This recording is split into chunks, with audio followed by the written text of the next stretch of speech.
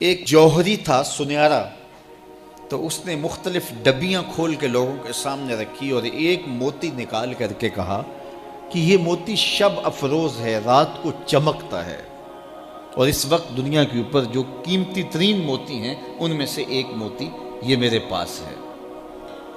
خیر اس نے اپنا سامان سمیٹا تو اس مجلس میں ایک چور بھی بیٹھا ہوا تھا، اس کے دل میں لالچ آ گئی، تو اس نے اس جوہری سے کہا کہ جناب کہاں کے ارادے ہیں؟ تو اس نے کہا کہ میں بمبئی جا رہا ہوں۔ اس نے کہا واہ واہ کیا اچھا ہوا، میں بھی تو بمبئی جا رہا ہوں، تو چلو اکٹھا سفر ہوگا۔ وہ جوہری سمجھ گیا اس کی نیت کے کھوٹ کو کہ یہ میرا ہم سفر تو نہیں ہے، اس کا دل آ گیا ہے اس موتی پہ اور مجھ سے ہر صورت یہ موتی چرانا چاہتا ہے۔ لیکن وہ بھی بڑا سمجھدار تھا، اس نے کہا آ جائیے کوئی بات نہیں۔ سفر چلتا رہا، رات ہوئی، جب سامان اتارا اور سونے کی تیاری کی تو وہ جو اس نیت سے ساتھ ہم سفر بنا تھا اس نے بھی اپنی قمیض اتار کے لٹکا دی، اور اس جوہری نے بھی۔ اس جوہری نے یوں کیا کہ نظر بچا کے وہ ڈبیا قیمتی موتی والی نکال کر کے اس کی جیب میں ڈال دی اور خود بے فکر ہو کے سو گیا۔ جب یہ خراٹے لینے لگا تو چور اٹھا، اس کا سامان ٹٹولا، اس کی جیبیں دیکھی، سارا دیکھتا رہا۔ خیر دن چڑھ گیا، جوہری اٹھا، اس نے نظر بچا کر کے اس کی جیب میں ہاتھ ڈال کر کے وہ موتی اپنی جیب میں ڈال لیا۔ صبح جب ناشتے پہ بیٹھے تو اس چور نے باتوں ہی باتوں میں بات کی، وہ آپ کے موتی کی چمک شمک نظر نہیں آئی رات کو؟ تو وہ ہنس کے کہنے لگا نہیں میرے پاس ہی تو تھا، اور جیب سے نکال کے سامنے رکھ دیا۔ دل ہی دل میں بڑا حیرت زدہ ہوا، میں نے تو سارا ٹٹولا، یہ اگر کہیں تھا تو مجھے کیوں نہیں ملا؟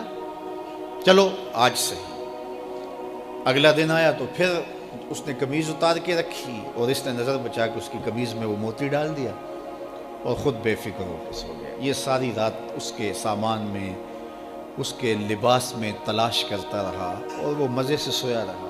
صبح اٹھا اور نظر بچا کے اپنی جیب میں ڈال لیا۔ ناشتے پہ پھر بات کی کہ وہ آج بھی کوئی چمک شمک دکھائی نہیں دی۔ اس نے کہا میرے پاس ہی تھا، جیب میں ہاتھ ڈالا اور سامنے رکھ دیا۔ بڑا حیرت زدہ ہوا، دل ہی دل میں سوچا چلو کل صحیح۔ اس نے پھر ایسے کیا اور یہ ساری رات اس کا سامان ٹٹولتا رہا پوری تفصیل کے ساتھ۔ خیر جب صبح ہوئی تو اس نے پھر نظر بچا کے اپنی جیب میں وہ موتی رکھ لیا تھا، تو اس نے پوچھا وہ رات والا موتی آپ کا نظر نہیں آیا جس کو آپ کہتے تھے چمکتا ہے؟ کہا وہ ڈبیا میں رکھا ہے اس لیے چمک دکھائی نہیں دی، تھا تو میرے پاس ہی، اور جیب میں ہاتھ ڈالا اور سامنے رکھ دیا۔ یہ سر پکڑ کے بیٹھ گیا، میں روز اس کی جیب ٹٹولتا ہوں، سامان بھی دیکھتا ہوں، یہ رکھتا کہاں ہے؟ میں نے تو کوئی جگہ نہیں چھوڑی۔ اس نے کہا سچ بتاؤں میں تیرا ہم سفر نہیں تھا، میں چور تھا، میں تم کو بتا رہا ہوں۔ اب آپ میرے بھی استاد نکلے، مجھے اتنا بتاؤ کہ یہ موتی آپ رکھتے کہاں تھے؟ میں ساری رات ٹٹولتا رہا اور 3 دن ہو گئے مجھے، میں نے کوئی گوشہ نہیں چھوڑا، آپ کا سامان کھول کھول کے دیکھا ہے، آپ کا لباس الٹ پلٹ کے دیکھا، لیکن مجھے ملا ہی نہیں، یہ رکھتے کہاں تھے مجھے یہ تو بتاؤ۔ اس نے کہا لوگوں کی جیب میں ٹٹولتے رہے، اپنی جیب میں ہاتھ ہی نہیں ڈالا۔ بلے شاہ اڈ دیاں پھڑنے جڑا گھر بیٹھا ہے انہوں پڑھیا ہی نہیں۔ وفی انفسکم افلا تبصرون، کہا تم کہاں اسے ڈھونڈ رہے ہو، ذرا اندر بھی اتر کے دیکھو، اندر اترو گے تو اس کا سراغ مل جائے گا۔